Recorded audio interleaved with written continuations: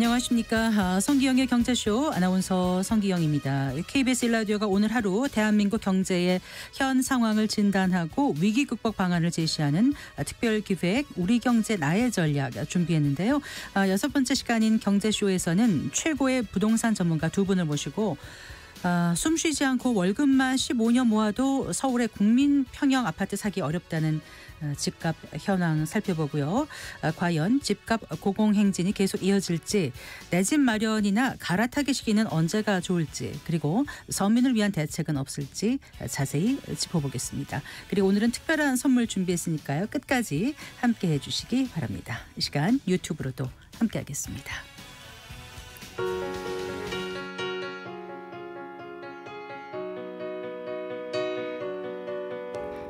지금 여러분께서는 KBS 1라디오 특별기획 우리 경제 나의 전략을 듣고 계십니다.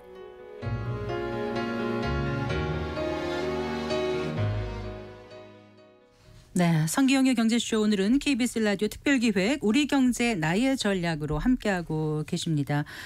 올해 4월부터 서울을 중심으로 집값이 많이 들썩였는데요. 본격적으로 부동산 시장에 대해서 살펴보기 전에 간략하게 통계로 올해 집값, 또 전세가, 대출 추이 등을 짚어보겠습니다. 손석구 경제평론가와 함께합니다. 어서 나오십시오. 네, 안녕하십니까. 안녕하세요.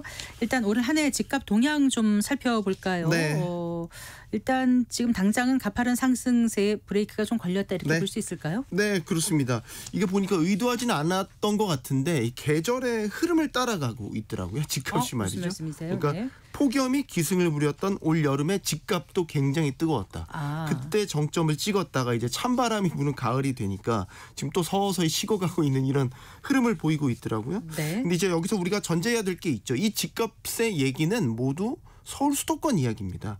지방의 집값은 뭐 올해도 계속 침체일로, 즉 계속 겨울이 되고 있다, 지나가고 있다 이렇게 볼 수 있는데, 한국 부동산의 집값 통계를 보면요, 이제 서울을 포함하는 수도권 집값은 이제 2022년, 2023년 전반적으로 이제 하락세가 이어지다가 작년 하반기부터 이제 서서히 낙폭을 회복하기 시작을 했죠. 네. 그러다가 이제 올해 봄부터 하락세를 멈추고 반등하기 시작을 했고요. 특히 이제 이런 반등은 서울 지역에서도, 그것도 아파트를 중심으로 시작됐고 수도권으로 점차 확산되는 이런 경향을 보였습니다.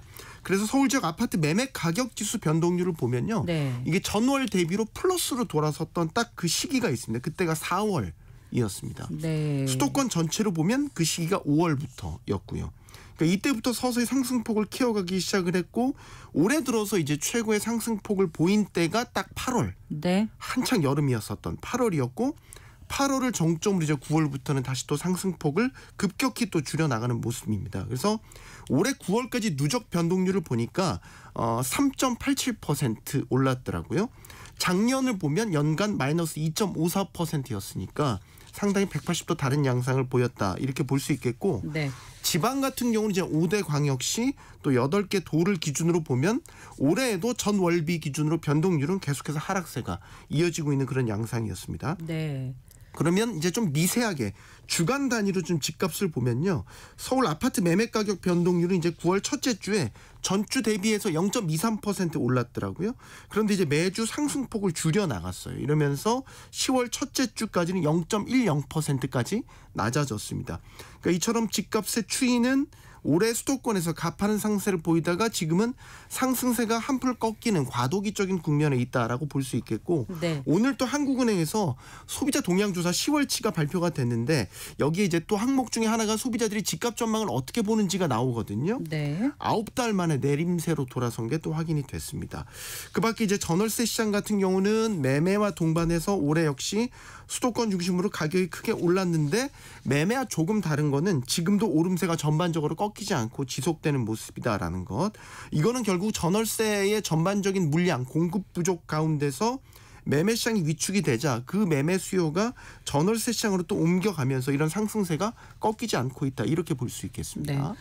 어쨌거나 주택 거래량도 많이 늘었었고요. 가계 네. 대출도 또 많이 늘었죠. 네, 그러니까 왜 이렇게 집값이 올해 가파르게 올랐을까를 따지고 들어가 보면 사람들이 이제 주택을 더 늦기 전에 사야겠다는 매수 심리가 좀 강해졌다라는 것이고, 그래서 가계 대출이 폭증을 했고 그 대출 자금이 주택 시장으로 흘러 들어가서 주택 가격이 올랐다, 이런 흐름을 지금 갖고 있는 것이죠. 가계 대출 동향을 보면요, 은행권 가계 대출은 올해 3월에 반짝 감소한 것을 제외하면 계속 증가세를 유지를 했었습니다. 네. 4월부터는 뭐 매달 신규 대출 증가폭이 4조 원에서 5조 원, 6조 원까지도 늘어났고요. 그러다가 이제 8월에 9조 2천억 원이 늘면서 네. 사상 최대 증가폭 기록하기도 했죠. 그러다가 보면 그때 8월도 집값 상승률이 정점을 찍었던 데고, 그러니까 일치한다고 볼 수 있고, 그러다가 이제 정부의 대출 규제가 본격화됐던 9월에는 이제 5조 7천억 원으로 또 증가폭이 크게 축소되는 모습을 보였고요. 네. 자, 그리고 가계대출의 대부분은 주택 매수에 사용되는 주택담보대출이었습니다. 그래서 올해 9월까지 누적 가계대출 규모가 1,135조 원인데 이 중에서 주택담보대출만 896조 원, 900조 원에 가깝습니다. 네. 주택 거래량도 이런 대출 증가세와 궤를 같이 하는데, 가장 매매거래가 활발한 서울 지역 아파트 거래량을 보면 이제 월간 계속 2,000건대 정도에 머물렀다가 3월부터 급증하기 시작을 해서 7월에 7,400건으로 고점을 찍었다가 또 9월에는 지금 2,800건으로 급격히 감소하는 흐름을 나타내고 있고요. 네. 10월 거래까지 보면은 현재 1,000건 정도에 머물고 있는 상태입니다. 네.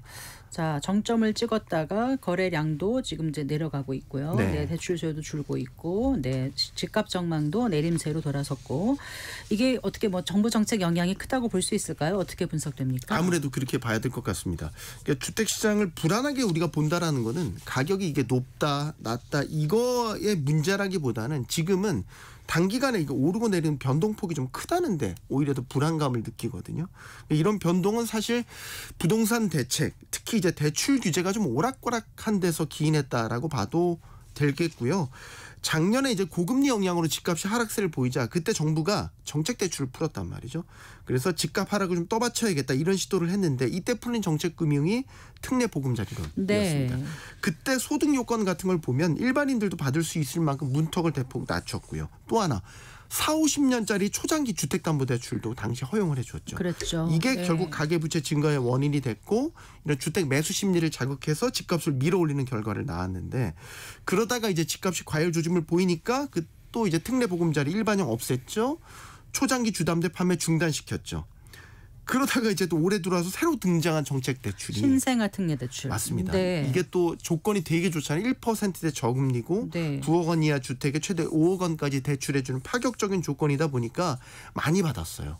7조 원 넘게 지금 시중에 풀렸고요. 네. 거기다가 올 상반기에는 기준금리 인하 시점이 다가온다, 이런 기대감들이 반영이 되다 보니까 시장 네. 금리가 떨어지면서 주담대 금리도 하락을 했고 대출받기 좋은 여건이 됐죠.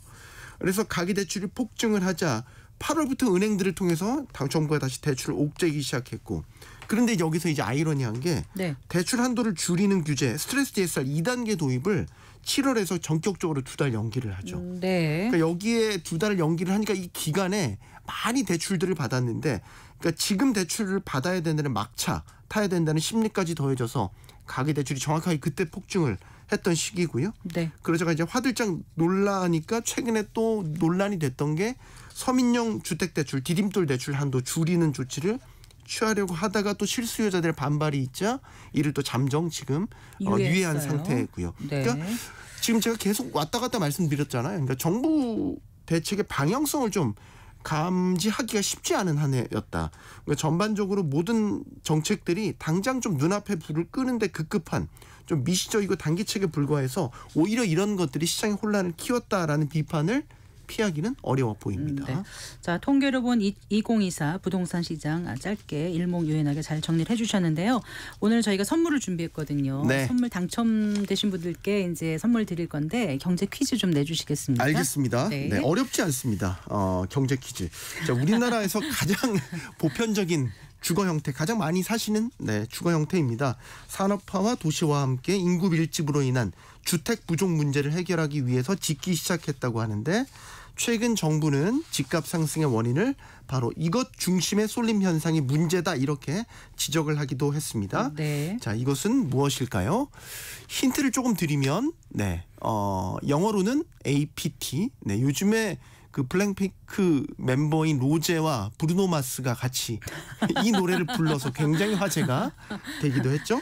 정답을 아시는 분은 이제 짧은 문자 50원, 긴 문자는 100원이 드는 샵 9730으로 문자를 보내주시면 됩니다.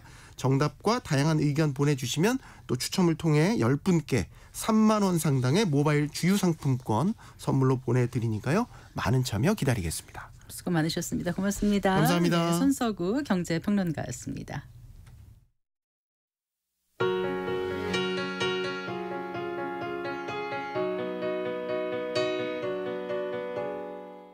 지금 여러분께서는 KBS 1라디오 특별기획 우리 경제 나의 전략을 듣고 계십니다.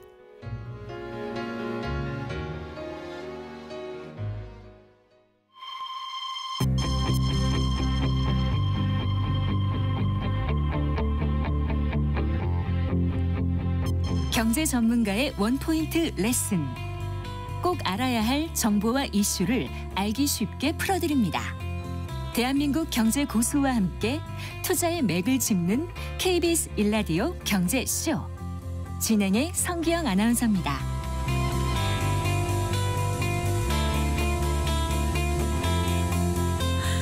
성기영의 경제쇼, 오늘은 KBS 1라디오 특별기획 우리 경제 나의 전략으로 함께하고 계시는데요. 현재 부동산 시장 진단해보고 앞으로의 전망과 함께 내 집 마련 전략을 콕콕 짚어주실 두 분 소개해드리겠습니다. 이광수 광순대 복덕방 대표, 또 김인만 부동산 경제연구소장 스튜디오에 모셨습니다. 반갑습니다. 안녕하세요. 안녕하세요. 이제 앞서서 저희 이제 경제평론가 손석우님께서 간단하게 이제 올해 부동산 시장 짚어주셨는데, 그래 보니까 이제 경기도 좋지는 않았는데 4월부터 8월까지 그 서울 집값과 거래량이 과거 4, 5년과 비교해도 거의 맞먹는 그런 수치를 기록한 거죠. 네, 그렇습니다. 네, 그 이유를 어떻게 보시는지 한 분씩 좀 말씀해 주실까요? 일단 뭐 여러 가지 이유가 있을 것 같은데요. 뭐 공급 부족 우려, 전세 가격 상승에 금리나 기대감이 몰리면서 실수요자들이 적극적으로 좀 움직이지 않았나 싶습니다. 예, 김인만 소장이 말씀하신 것처럼 시장의 변동 원인은 수요 증가였고요. 저희가 그걸 알 수 있는 건 가격이 상승하면서 거래량이 증가했거든요. 그래서 시장의 수요가 많아졌다. 그런데 특히 어떤 수요냐면 실수요가 갑자기 증가한 그 원인이 가장 컸습니다. 네, 왜 실수요가 증가했을까요? 실수요자들 같은 경우는 뭐 항상 집을 사야 되는 이제 기본적인 필요성이 있고요. 자금력이 있는데 2022년에 금리 올라갔을 때 사실 주춤했었죠. 계속 관망하고 있다가 최근에 작년에도 한번 올랐다가 조정이 됐고, 지금 최근 상황을 보면 지금 기회를 놓치면, 우리 게임 이론처럼 지금 기회를 놓치면 나중에 집값이 올라가게 되면 더 많은 비용을 지불해야 된다라는 불안감, 저는 정책의 실수도 좀 있었다고 보여집니다. 네, 예, 자세한 얘기 이제 잠시 후에 듣도록 하고요. 일단 두 분의 생각을 한번 큰 틀에서 여쭤보겠습니다. 저희가 이제 OX 스피드 퀴즈 시간 마련했거든요. 답변에 대한 하나하나의 설명은 뒤에 이제 이어서 해주시고요. 설명 없이 OX 또는 단답형으로 최대한 빨리 말씀해 주시면 되겠습니다. 지금 이 방송 이제 유튜브로 보시는 분도 계시고 라디오로 듣는 분도 계시니까 손동작도 좀 해주시고요. OX를 크게 답변해 주시기 바랍니다. 네. 자, OX 스피드 퀴즈 들어갑니다. 1번, 최근 서울 집값 주춤한 이유 대출 규제 때문이다.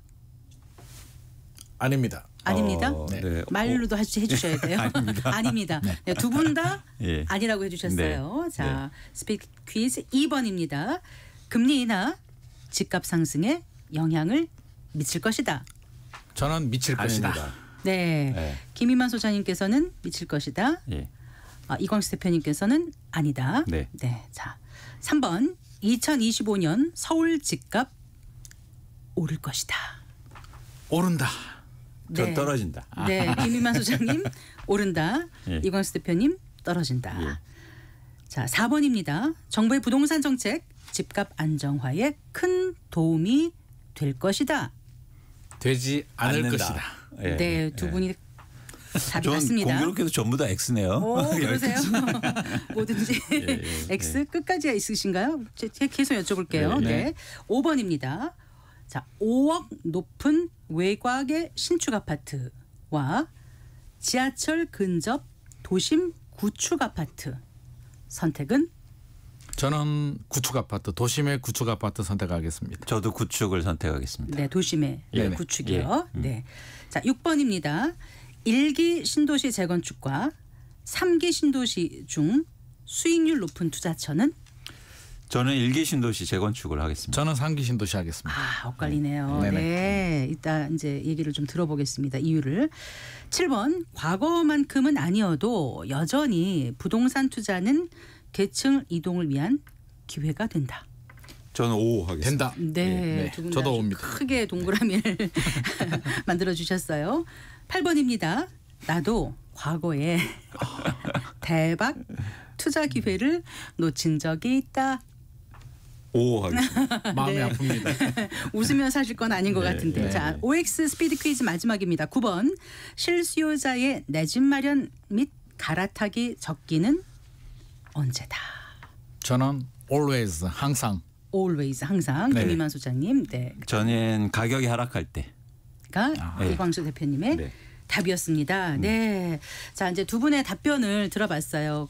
재밌습니다. 일치하는 것도 있고 또 아닌 것도 있고 왜 그런지 이제 하나하나 좀 짚어가면서 얘기를 들어볼까 합니다. 자, 오늘 나온 보도만 해도 앞에서도 저희가 이제 말씀을 드렸는데 소비자들의 집값 상승 전망이 9개월 만에 하락했다고 하더라고요. 대부분 분석을 보면 정부의 가계대출 관리 강화 때문에 아파트 매매 거래가 감소하고 매매 가격의 상승세도 둔화됐다. 이렇게 뉴스가 나오던데 그런데 두 분 다 앞에서 제가 스피드 퀴즈 여쭤봤을 때 대출 규제 때문이다에 아니라고 말씀하셨거든요. 네, X라고 하셨어요. 네. 왜 그런지 한 번씩 말씀해 주실까요? 네, 이광수 대표님. 일단 수요가 감소하면서 최근에 거래량이 줄어들고 있고 또 가격이 주춤한 상황인데요. 말씀드린 것처럼 수요가 왜 감소하고 있느냐 그 원인 파악을 제대로 해야 전망이 가능합니다. 네. 근데 저희가 부동산 수요는 가장 중요한 게 유효 수요 관점에서 접근해야 되는데 유효 수요요. 그러니까 쉽게 네. 말해서 사고 싶은 수요가 아니라 살 수 있는 수요여야 하는데 지금 네. 살 수 있는 수요가 지속 줄어들고 있다는 거죠. 그래서 특히 올해 말씀하신 것처럼 4월부터 5월까지 실수요가 또 집중적으로 일어나면서 더 시장에 유효 수요가 줄어든 상황입니다. 네. 그래서 결국에는 대출 규제가 이루어지지 않았어도 네. 수요는 어쩔 수 없이 감소할 수밖에 없었고 네. 그런 시장의 모습이 8월부터 보였거든요. 그러니까 네. 왜냐하면 8월에는 가계대출 규제가 이루어지지 않았었어요. 그런데도 거래량이 크게 감소한 걸 보면 대출 규제 때문에 수요가 감소한 게 아니라 네. 가격이 일시적으로 급등하고 네. 또 이 가격을 감당할 수 있는 충분한 수요가 시장에 없기 때문에 네. 자연스러운 수요 감소 현상이다 이렇게 보고 있습니다. 네. 둘 다 X, 두 분 다 X 해주셨는데. 네, 저도 X 하긴 했는데요. 네. 일단 대출 규제가 전혀 영향이 없다라고 저는 말씀드릴 수는 없을 것 같고 영향을 줬는데 단순히 대출 규제만 나오면 영향 멈췄을까? 예를 들어서 7월에 대출 규제를 했으면 네. 집값이 상승하지 않고 멈췄을까라고 본다면 그렇지 않다고 보거든요. 왜냐하면 단기 급등에 대한 피로감이 굉장히 많이 누적이 됐습니다. 4월부터 8월까지 우리 주간 변동률을 보더라도 굉장히 네. 빠른 상승 그래프를 그렸고 7월 거래량을 보면 서울 아파트 거래량이 거의 9천 건 가까이 8,800건이 넘었거든요. 이 정도 숫자면 네. 우리 집값이 굉장히 뜨거웠던 연끌을 했던 2020년, 2021년과 비교해 보더라도 넘버 3 정도 세 번째 높은 네. 거래량을 기록할 정도로 너무 빨리 단기간에 달렸기 때문에 시장의 수요자들은 피로감을 느낄 수밖에 없고요. 거의 인기 잔지들 거의 전고점 가까이 가거나 전고점을 뛰어넘었기 때문에 아무래도 실수요자 입장에서는 이거 너무 내가 이걸 따라가도 될까에 대한 약간 걱정된 마음이 있는데 대출 규제가 나오니까 좀 네. 지켜보자라는 관망으로 돌아선 것 같습니다. 네, 일단 대출 규제가 어느 정도 역할을 했습니다마는 말씀하신 유효 수요가 많지 않다는 것과 단기 급등에 대한 피로감 이런 것들이 작용을 해서 일단 좀 주춤해졌다 이렇게 이제 보시는 거고요.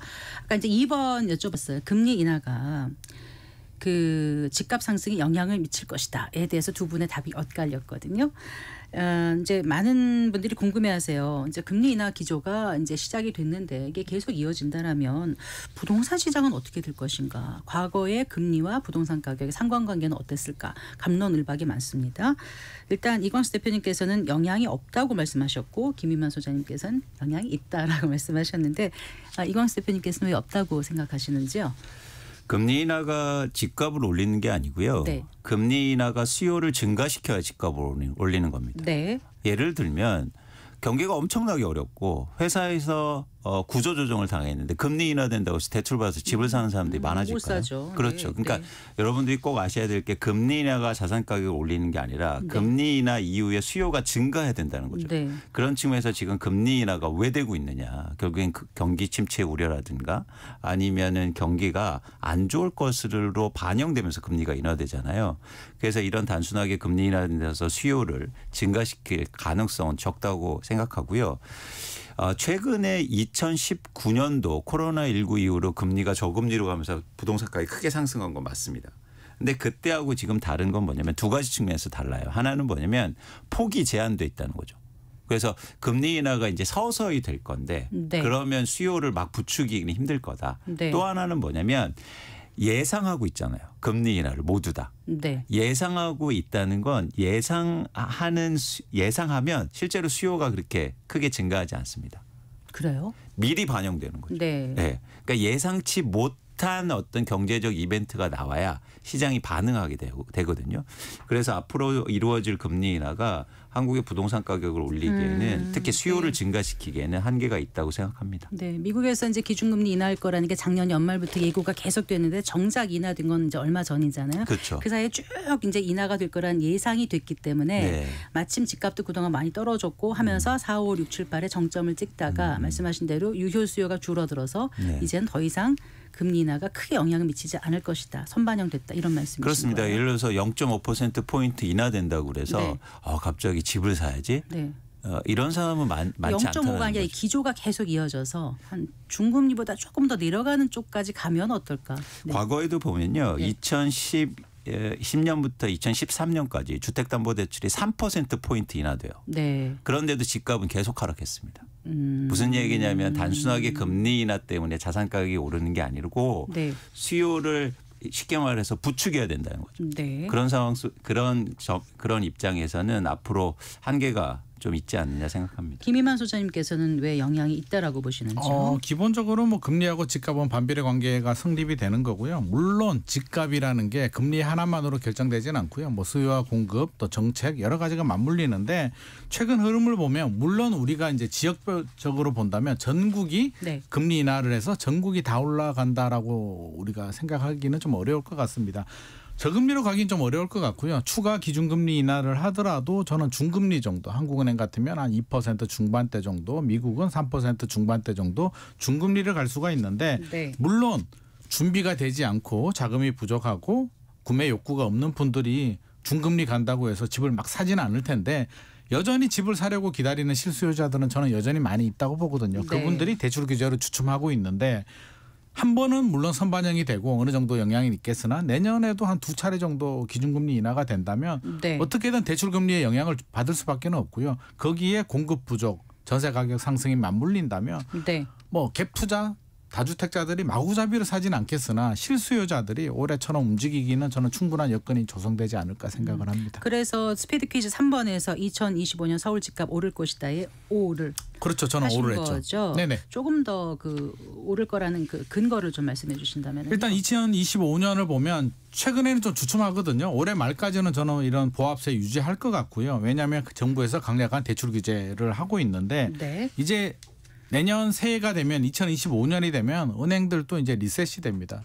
영업 실적을 채워야 되는데 제가 볼 때는 올해는 어느 정도 영업 실적을 채웠기 때문에 네. 정부가 창구 지도를 하면 어느 정도 수긍을 할 수가 있는데 내년 시작부터 계속 대출 문턱을 저는 올리기는 쉽지 않을 거다. 거기에 기준금리 인하가 내년에 뭐 몇 차례가 될지는 저도 뭐 장담할 수 없습니다만 저는 한 두 차례 정도 예상을 하고 있는데요. 네. 두 차례 정도 예상하고 은행에서 어떻게든 대출 문턱이 좀 열리게 된다면 또 실수요자들 내 집 마련하기 좋은 환경이 만들어지고 설 이후에 실수요자들이 좀 움직이지 않을까 생각을 네. 합니다. 금리 외에 다른 변수도 있지 않습니까? 그 집값에 영향을 미치는 거요. 지금 가장 시장의 수요자들이 불안하게 하는 게 이제 공급, 서울의 입주 물량인데 서울 입주 물량 같은 경우는 내년이야 좀 괜찮은데 2026년이 이제 만 세대 이하로 떨어지기 때문에 미리 걱정을 하는 거죠. 2026년, 2027년에 입주 물량이 부족하면 그때 되면 집값이 더 올라가지 않을까. 미리 사야 된다는 불안한 심리 때문에 2025년에도 아마 내 집 마련을 서두르는 분들이 저는 늘어날 것으로 예상을 합니다. 네. 자, 이광수 대표님께서는 이제 내년의 부동산 시장은 그럼 어떻게 보신다는 거예요? 오르지는 않는다고 보시는 거죠? 아까 X를 하셨으니까. 하락합니다. 하락이요? 예. 단언하시네요. 예. 5글자로. 예. 네. 이유를 좀 대주신다면은요. 저는 시장을 네. 전망하는 애널리스트고요. 네. 그래서 명확하게 말씀드려야죠. 네. 네, 그래서 집값은 하락할 가능성이 높고 저는 그렇게 판단하고 있습니다. 가격을 결정하는 건 수요와 공급이죠. 그러면 이제 수요와 공급 전망을 하면 되는데 수요는 부동산 수요는 독특하게 두 가지로 구분됩니다. 하나는 실수요와 또 네. 투자 수요입니다. 그런데 실수요는 감소하고 있어요. 감소가 불가피하고요. 왜냐하면 가격이 올랐고 네. 그리고 대출이 임계점에 있기 때문에 네. 계속 이 가격을 받쳐줄 수 있는 유효 수요가 감소하고 있는 걸 여러분이 지금 보시고 있습니다. 네. 그런데 여기서 수요가 다른 수요가 들어올 수 있는데 투자 수요예요. 그래서 투자 수요가 증가하면 수요가 증가할 수 있는데 지금 투자하려는 사람들은 시장에 들어오지 못하고 있는 상황이에요. 네. 왜냐하면 두 가지 원인 때문인데요. 첫 번째는 투자하는 사람들이 이미 집을 많이 갖고 있어요. 네. 다주택자가 많다는 거죠. 그렇기 때문에 추가적으로 사기에는 한계가 있다는 거고 두 번째는 투자하기 좋은 아파트들은 네. 지금 가격이 다시 올라가 있기 때문에 네. 쉽게 말해서 전세를 끼고 갭 투자를 해야 되는데 자기 자금이 많이 필요합니다. 네. 그러면 부담이 큰 거죠. 그러니까 전세 매매 비율이 투자하기 좋은 아파트는 지금 30% 수준이거든요. 아, 그렇게 낮아요. 그렇습니다. 네. 그렇기 때문에 상대적으로 투자 여력이 많지 않다. 그러면 실수요와 투자 수요가 동시에 감소하고 있다는 거죠. 네. 자, 관건은 이제 공급인데요. 네. 집값을 결정하는 공급은 건설사들이 분양하는 아파트가 아닙니다. 집을 갖고 있는 사람들이 시장에 내놓는 매물의 양이에요. 네. 우리가 아파트를 사러 갈 때 건설사하고 딜하고 그 아파트를 사는 게 아니잖아요. 누군가 갖고 있는 아파트를 사지 기업체 않습니까? 통해서. 네. 네. 그런데 매물이 증가하고 있어요. 예. 지금 역대 최고 물량으로 증가하고 있는데 서울의 아파트가요. 아, 그래요? 그렇습니다. 9만 5천에서 최근에는 죄송합니다. 8만 5천에서 8만 9천억 막 이렇게 증가하고 있는데요.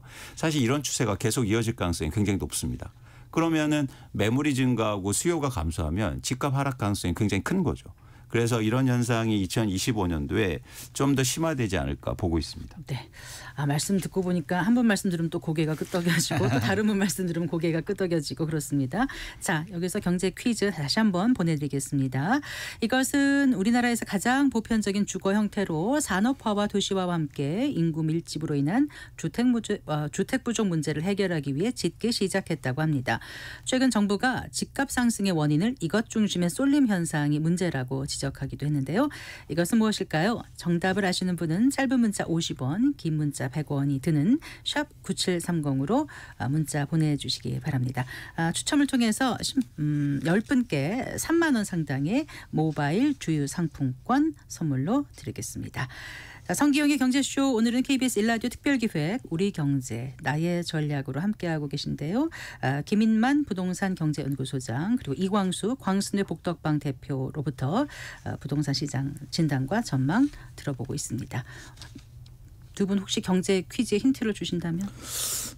제가 힌트를 드리자면요. 너무 힌트 많이 드리면 안 될 것 같아요. 네. 이미 앞에서 많이 나왔기 네. 때문에 저는 윤수일과 로제의 공통점이라고 생각합니다. 네. 이광수 대표님은 안 하실 것 같아요. 네. 어렵네요. 힌트 드리기도. 알겠습니다. 4시 33분입니다. 네. 자, 이제 본격적으로 부동산 투자 전략 좀 들어가 볼게요. 상반기에 서울 집값은 물론이고 이제 전세값이 치솟자 정부가 88 부동산 정책을 발표했습니다.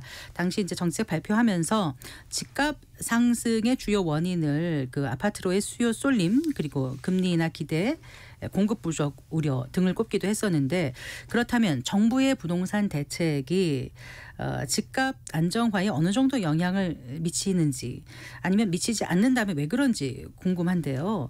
두 분 모두 그 정부의 부동산 정책이 집값 안정화에 큰 도움이 될 것이다에 아니라고 말씀을 해주셨거든요. 네.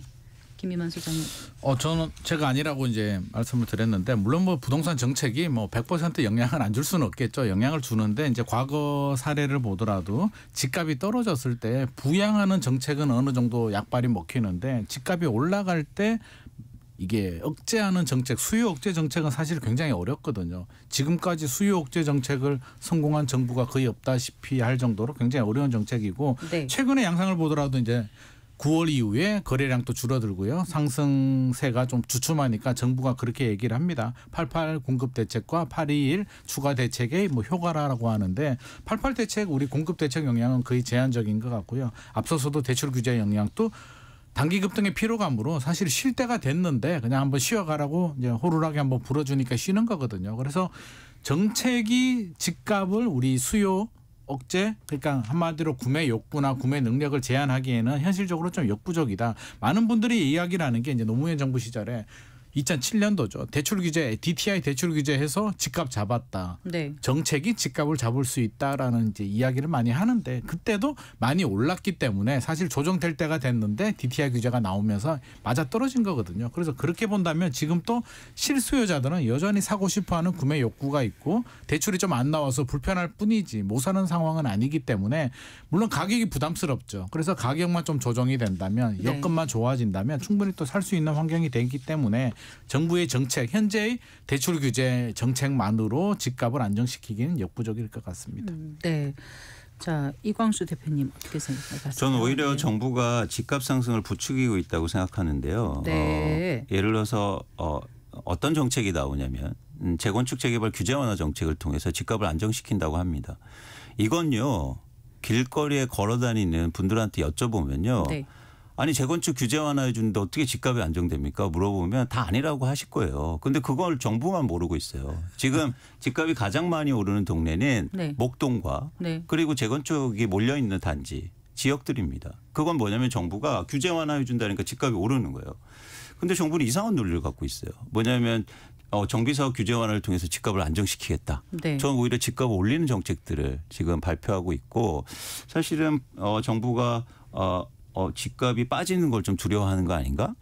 안정시키는 걸 두려워하는 거 아닌가? 이런 생각을 좀 갖고 있습니다. 근데 공급 부족은 결국은 이제 수요 공급 이런 차원에서 보면은 공급이 부족되면은 집값이 오를 수도 있다라고 말씀을 아까 김희만 소장님 네네. 해주셨잖아요. 그래서 네. 그 공급 부족을 해결하기 위해서 원하는 주택을 이제 지으려면은 아까 말씀하신 재건축, 재개발 이런 네네. 거를 해야 된다는 게 정부의 생각인 것 같은데. 이게 정확히 잘못됐다는 거죠. 왜냐하면 예를 정확히 들어보겠습니다. 잘못돼요. 네. 왜냐하면 말씀드릴게요. 네. 경기도에서 재건축이 가장 많이 된 데는 과천시입니다. 네. 과천시가 가장 많이 집값이 올랐어요. 네. 아니 재건축이 그렇게 잘 됐는데 왜 집값이 올랐습니까? 시장에서 필요한 네. 부족한 공급은요. 네. 20억 원, 15억 원 이상 이런 아파트들이 아니에요. 일반인들이 살 수 있는 아파트가 공급돼야죠. 근데 재건축이 되려면 서울에서 비싼 아파트밖에 공급이 안 된다는 거죠. 그래야 재건축 사업이 진행되잖아요. 역설적으로 보면. 현재보다 수익이 안 남으면 재건축을 못하니까요. 네, 그렇습니다. 재개발도 안 할 테니까요. 그래서 규제 완화해주고 결국엔 분양가를 계속 올리는 네. 상황이 되는데 결국엔 근원적 한계가 있다. 오히려 재건축을 규제 완화를 통해서 사람들의 기대감을 올리고 투자 수요를 증가시켜서 이런 지역의 집값을 오히려 올리고 있다는 거예요. 그럼 어떤 걸 공급해 줘야 된다고 생각하세요, 이광수 대표님? 저렴한 공급을 해줘야죠. 시장에. 예를 들어서 서울의 평균 아파트 가격이 12억 원이면 네. 5억 원짜리를 엄청나게 공급하면 어디다가 서울에요? 5억짜리를 할 수 있어요? 불가능하지 않습니까? 어떻게요? 그러니까 네. 불가능하지 네. 않습니까? 불가능하겠다니 공급 정책은요. 물리적 공급 정책은 한계가 있는 거예요. 네. 인정해야죠. 네. 왜 자꾸 공급을 통해서 문제 해결을 하려고 합니까? 그래서 수요 억제책이 필요한 거예요. 수요를 적절하게 분배하고 그리고 안심시키고. 그러니까 수요에 대해서 관심을 수요를 가지. 정부가 일괄적으로 분배를 시킬 수 있나요? 전 그게 좀 그러니까 예를 의문입니다. 들어서 네. 윤석열 정부가 이런 거죠. 무주택자한테 LTV 규제를 70%하고 80%로 올려줍니다. 그건 뭐냐면 지금 집사라는 거잖아요. 이런 거를 하지 말았어야죠. 수요를 조금 적절하게 분산시키고 대출을 안정적으로 관리하고 이런 정책이 오히려 필요하다는 겁니다. 그다음에 투기나 아니면 투자 수요를 억제하고. 근데 그런 정책은 계속 되지 않았어요. 집값이 오르면 투기 투자 수요 억제하고 이론적으로는 대출로 참- 규제를 많이 하지 않았습니까? 아니 이론적으로는 했는데 쉬운데. 제대로 못 했기 때문에 시장에서 작용이 안 된 거예요. 근데 제대로 하기가 굉장히 어려운 거죠. 문재인 정부도 그랬고 윤석열 정부도 그랬고 결국에는 수요 억제 실패를 했기 때문에 공급 확대로 넘어선 그래서 거죠. 수요가 억제가 방법이 틀리다는 게 아니고 제대로 못했다는 겁니다. 만약에 한 10년이나 20년 전에 물론 우리가 너무 빨리 짓고 빨리 허물고 새로 짓고 이런 건 문제지만 그 당시에 조금 더 빨리 재건축 재개발을 허용했었더라면 어땠을까 이런 생각은 안 해보셨어요 혹시? 지금은 너무 집값이 많이 올라 있으니까 이제 짓는 건 더 비싸지는데 과거부터 점점 더 많이 차례차례 다 많이 지었으면 더 쌀 때 많은 국민들이 더 많이 그 원하는 주택에 들어가 있었지 않았을까 이런 생각을 해보기도 그건 원천적으로 불가능한 게요. 불가능한가요? 이게 왜냐하면 재건축 재개발은요. 수익이 안 나면 공급을 안 해요. 그래서 가격이 오를 때만 정비 사업이 활성화되고요. 가격이 떨어지거나 수익성이 안 나오면 아예 그들이 조합원들이 사업을 안 합니다. 10년이나 20년 전이다 소득 증가율은 많지 않잖아요. 근데 집값은 무지 많이 올랐잖아요. 그러니까 네. 20년 전이나 10년 전에 했으면 그 소득으로 추가 부담금을 내서 하는 여력이 지금보다 훨씬 있었지 않았을까 싶어서 제가 여쭤봤어요. 일단 이광수 대표님 뭐 의견 충분히 공감을 하고요. 수요 억제를 억제를 해야 되는 거는 맞는데 저는 두 가지를 다 해야 된다고 봅니다. 공급은 공급대로 하고 수요는 억제대로 해야 되는데 지금 서울의 공급 물량이 이렇게 부족한 이유를 굳이 또 찾자면 또 재건축 재개발을 굉장히 억제했거든요. 네. 이전 시장 시절에도 젠트리피케이션 뭐 원주민들이 쫓겨나가는 거 뭐 여러 가지 이유 때문에 억제하다 보니까 2018년 19년에 한 4만 7천 호, 4만 6천 호 정도가 서울이 입주 물량이 나왔음에도 집값이 올랐습니다. 그래서 단순히 재건축 재개발을 해서 입주 물량이 많이 나온다고 해서 집값이 안정되는 건 아닌데 그보다도 지금 거의 반토막이 났기 때문에 이게 사실은 문제가 되는 부분이고 두 가지를 다 해야 된다고 봅니다. 이제 공급은 공급대로 민간에 맡겨야 되는 부분이고요. 그러니까 정비 사업이 예를 들어서 거주민들의 복지라든가 주거 환경을 개선하기 위해서 필요합니다. 그런데 이걸요 집값 안정의 도구로 자꾸 사용하려고 하고 있어요. 사실 맞지 않는데. 그러니까 문제가 계속 지금 저희가 있는 여의도에 지금 최근에 집값이 계속 상승하고 있는데 아니 재건축 한다고 그러면 왜 집값이 안정돼야 되는데 왜 오를까요? 그걸 저한테 물어보셔가지고. 그러니까 제가 그 얘기를 드리는 근데 거예요. 재건축을 안 한다고 해서 또 결국에는 노후된 주택을 재건축을 할 수밖에 없는 거고 또 물론 뭐 자금력이 되시는 분들은 사긴 하는데 지금은 자극을 받겠으나 그걸 계속 묶어둘 수는 없다는 거죠. 할 건 해야 되는데. 묶자는 얘기가 아니에요. 그거를 집값 안정의 도구로 사용하면 안 된다. 거지. 집값 안정의 도구로 사용하면 안 된다. 집값 안정의 도구라는 게. 그러니까 집값을 어디까지 안정시킬 수 있는지 정부가 할 수 있는 역할이 어디까지인지가 좀 굉장히 어려울 것 같아서. 그러니까 재건축 재개발 규제 완화를 한다고 해서 집값 안정이 되지 않는다는 말씀을 제가 드리고 싶은 겁니다. 그 사실 시장 원리로 따면 규제를 한 것도 문제잖아요. 굳이 규제를 하지 않았으면 규제를 완화할 필요도 없는 아니죠. 거죠. 소장님. 재건축 재개발은요. 그러니까 공공인 자산인 용적률을 사용하는 거예요. 네. 그래서 당연히 규제가 필요합니다. 층수 규제도 그렇고. 근데 그걸 지나치게 규제하는 거는 문제라는 그런 인프라나 거죠. 이런 것들 다 공공자산이 사용하는 거잖아요. 그래서 공공적 차원에서 규제가 필요하죠. 그래서 규제한 결과가 지금 입주 물량이 줄어드니까 2026년에 지금 7천호밖에 개별 안 나온다는 아파트 거죠. 단지 같은 거에 그 땅은 공공재인가요? 개인 건가요? 그건 조합원들이 땅이긴 그러니까 하죠. 그게 참 애매한 것 같아요. 아니 땅은 그런데 그 땅만 사용하면 하진 않는데 왜 공공자산을 활용하지 않습니까? 네, 어쨌든 저희가 이렇게 이제 막 열띤 토론을 하려는 게 아니라 아까 이제 그 스피드 퀴즈에 맞춰서 당장 내 집 마련하려거나 갈아타게 하려는 분들한테 어떤 도움을 드릴까 하면 정책적인 거는 정부도 골머리를 앓고 있어도 뾰족한 해결을 내놓지 못하는 게 지금 수십 년째 그런 거 아닙니까? 집값은 계속 오르고 있고 해서 오늘 그 얘기를 다 하기는 어려울 것 같고 다시 퀴즈로 좀 돌아가 볼게요. 자, 아까 5억 높은 외곽 신축 아파트냐 지하철 근접 도심 구축 아파트냐 이렇게 여쭤봤는데 여기서 또 두 분이 다 일치하셨군요. 네, 도심 이건 일치했습니다. 구축. 어떤 이유세요? 요즘 뭐 얼죽신 이런 얘기 많이 하고. 요즘 뭐 신축 아파트가 인기가 높은 거는 맞는데요. 이게 전국적으로 보자면 서울에 있는 뭐 수도권에 입지가 좋은 곳의 신축 아파트이기 때문에 인기가 있는 거고요. 무조건 신축이라고 해서 뭐 얼죽신이 전국에 모두 다 적용되는 거는 저는 아니라고 봅니다. 부동산은 사실 첫째도 입지, 둘째도 입지, 셋째도 입지이기 때문에 도심이라는 게 지하철 접근성 좋은 역세권에 좋은 입지에 가진 구축이라면 나중에 재건축이 될 수도 있고 안 될 수도 있겠으나 기본적인 현재 가치를 잘 갖추고 있기 때문에 물론 입지가 좋은 신축이면 더 좋겠으나 가격이 많이 올라가겠죠. 그렇게 따진다면 저는 굳이 선택을 하자면 입지가 좋은 구축을 선택을 하겠습니다. 네. 소장님께서는 여기가 전제가 뭐냐면 5억이 높은이잖아요.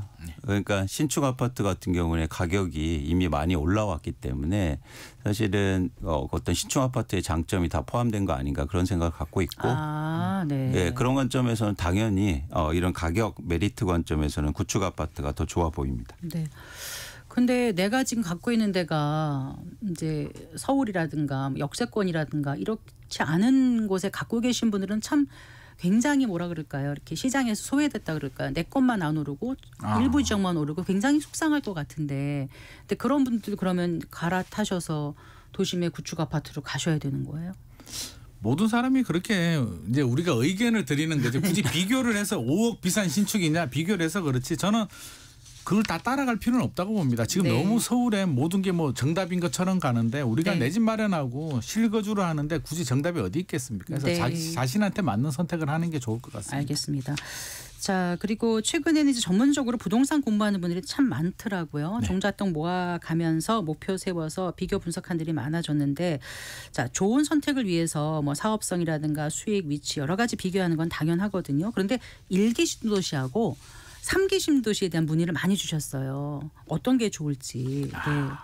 네, 김인만 소장님. 저부터요.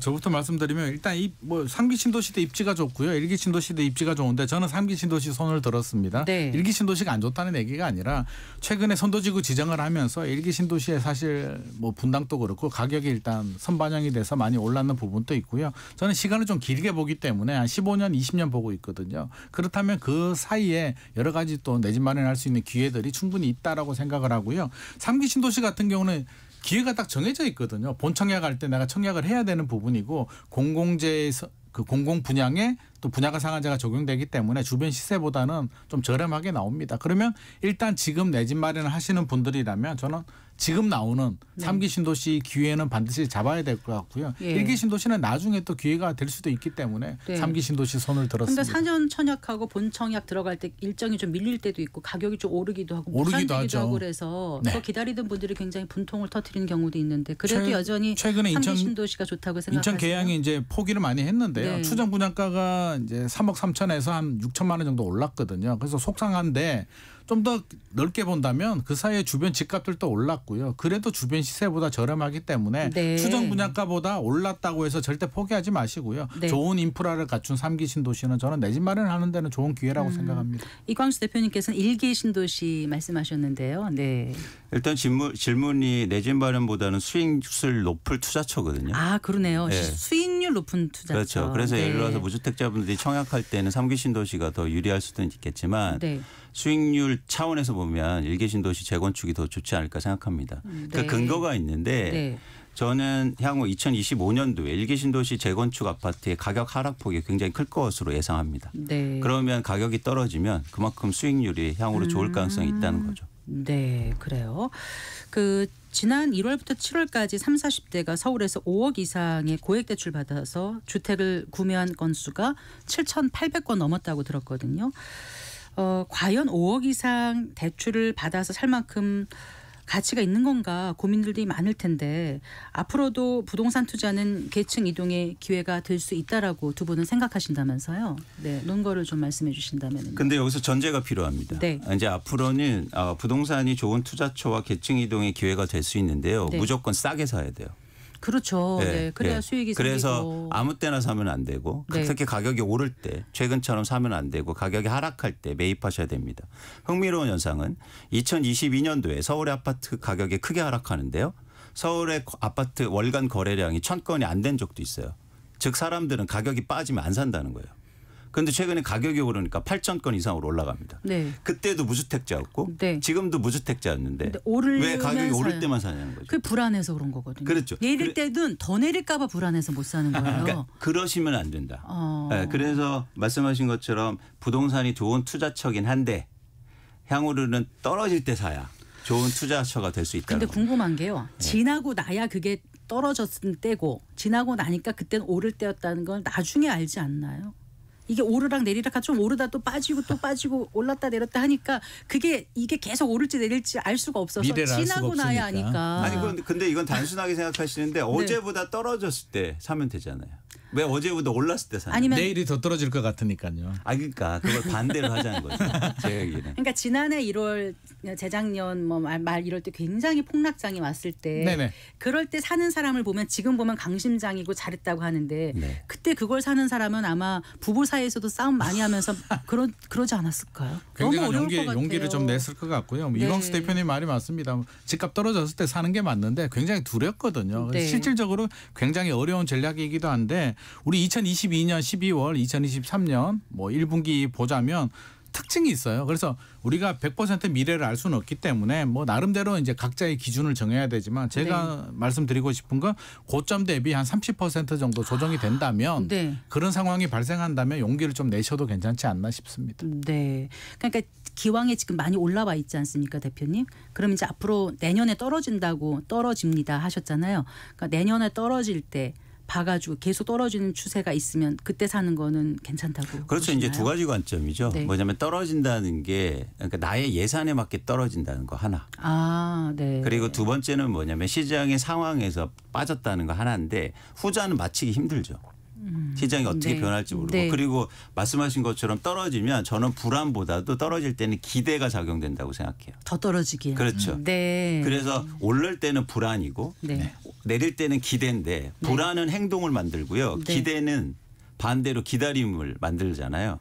그래서 이제 문제가 생기는 건데 그래서 후자의 시장에 대한 예측보다 나의 예산에 맞게 떨어질 때를 고려하셨으면 좋겠다는 말씀드립니다. 자, 9번 스피드 퀴즈 9번이 실수요자의 내 집 마련 및 갈아타기 적기는 항상이다라고 아까 말씀하셨고 저는 always. 저 이광수 대표님은 가격이 하락할 때 이미 말씀하셨는데 조금 더 첨언을 해주신다면요. 제가 왜 always라고 했냐면요. 물론 떨어질 때 사면 좋죠. 이론적으로 가장 완벽한데 저도 많이 실패를 했고요. 이게 쭉 아무리 지켜봐도 이게 떨어졌을 때 사기가 굉장히 어렵더라고요. 제 주변도 그렇고 현실적으로 굉장히 맞추기 어려운 지나갔어야 그때 샀어야지라는 이야기를 많이 하고 있는데 제가 왜 always라고 말씀드렸냐면 일단 내 집 마련하시는 분들 저는 다주택자들 투기하라는 얘기가 아니라 내 집 마련하시는 분들이라면 두 가지 목적이 있잖아요. 가치가 올라가면 좋고 내 가족이 잘 살면 좋은데 집값이 설사 사서 좀 더 떨어지더라도 내 가족이 잘 살다 보면 장기적으로 우상향하는 경향이 강하기 때문에 5년 10년 후에 우리가 집을 사서 내년에 올해 또는 내년에 집을 팔진 않잖아요. 그래서 많은 분들이 내년에 집값 어떻게 돼요를 굉장히 궁금해하고 물어보는데 저는 반대로 실수요자라면 10년 후에 집값이 올라가느냐 내려가느냐를 궁금해야 되는 거 아닌가. 잘 살다 보면 결국에는 올라가 있기 때문에 너무 단기 흐름에 일희일비하는 거는 타이밍 잡기는 굉장히 어렵다는 말씀드리고 싶습니다. 그래도 한동안 계속 떨어질 때도 있었잖아요. 그런 경우는 굉장히 버티기 힘들 것 같고 고통스럽죠. 그래서 아까 자신의 어떤 예산이라든가 이런 상황에 따라서 좀 선택을 잘해야 될 것 같다는 생각이 이게 현실적으로 어려운 게 제가 사례를 하나 들면 사례도 아니고요. 올 봄에 이제 금을 살 기회가 있었는데 아시는 분이 이제 금 사자고 해가지고 한돈이 38만 원 했는데요. 1년 전에 28만 원 했는데 이게 너무 과도한 가격이라고 해서 안 샀는데 지금 50만 원이 넘거든요. 그냥 자금되고 필요할 때 사는 게 저는 맞지 않나 싶습니다. 그런데 집값이라는 게 워낙 가격이 크니까 이게 1, 2천도 아니고 금하고 비교하지 않을 정도로 너무 크지 않습니까? 그래서 정말 신중해야 될 텐데 사실 글로벌 경제 불확실성은 계속 있고 투자 환경도 변하고 무엇보다 투자에 대한 책임 온전히 자기가 져야 되는 상황이 많지 않습니까? 그런 거 다 감안해서 이광수 대표님께서 끝으로 한 말씀 해주신다면요. 그렇죠. 그게 어렵긴 하지만 김희만 소장이 말씀하신 것처럼 누군가 하거든요. 그래서 저희가 노력은 한번 해보자는 거죠. 그리고 지금은 부동산 가격이 워낙 비싸기 때문에 순간의 선택이 향후로 굉장히 큰 영향을 미칠 수 있다. 그래서 여러분들의 선택에 신중을 기하시고 그리고 이렇게 목표를 갖고 행동하시라. 예를 들어서 목표요? 그러니까 나 싸게 사야지. 내 예산에 맞게 사야지. 그냥 아무 때나 사야지라는 거는 안 맞지 않느냐 그런 생각을 갖고 있습니다. 막연하게 떨어지면 사야지 이렇게 하는 게 아니라 내가 원하는 지역 이런 걸 좀 생각해놓고 구체적인 그 지역에서 어느 정도 떨어지면 나는 사겠다. 그렇습니다. 나는 이 정도까지 대출을 받겠다. 그렇습니다. 이 이상이면 아무리 좋아도 안 하겠다. 그렇죠. 그럼 몇 년 지나면 또 한 번 사이클을 오니까 또 기회는 올 것이다. 그렇죠. 네. 그렇죠. 예. 기다려야 되고 또 마지막으로 제가 한 말씀 드리면 네. 전 리스크 관리는 좀 해야 된다고 봅니다. 네. 이게 무리해서 지금 아니면 안 돼라는 불안한 마음에 좀 무리한 투자를 하시는 분들이 많이 있는데 네. 아무리 필요해서 내 집 마련을 하더라도 예상치 못하는 금리 인상이라든지 여러 가지 변수들이 있을 수도 있기 때문에 네. 금리가 올라가더라도 3년 정도는 버틸 수 있는 리스크 관리는 반드시 하셔야 될 것 같습니다. 알겠습니다. 3년 알겠습니다. 네, 이광수 광순의 복덕방 대표, 김인만 부동산 경제연구소장과 함께했습니다. 고맙습니다. 고맙습니다. 감사합니다. 경제 퀴즈 오늘 많은 분들이 참여를 해주셨는데요. 정답은 아파트입니다. 아파트. 네. 참여하신 가운데 당첨된 10분은 성기영의 경제쇼 홈페이지 게시판에 바로 공지해 놓을 테니까 확인하실 수 있습니다. 참고로 저희 오늘 KBS 일라디오 특집 이벤트에 참여하신 분들이 워낙 많으셔서 일라디오 다른 프로그램과 중복 당첨됐을 경우에는 최초 당첨 상품만 지급된다는 점 여러분의 양해 부탁드리겠습니다. 아나운서 성기영이었습니다. 감사합니다.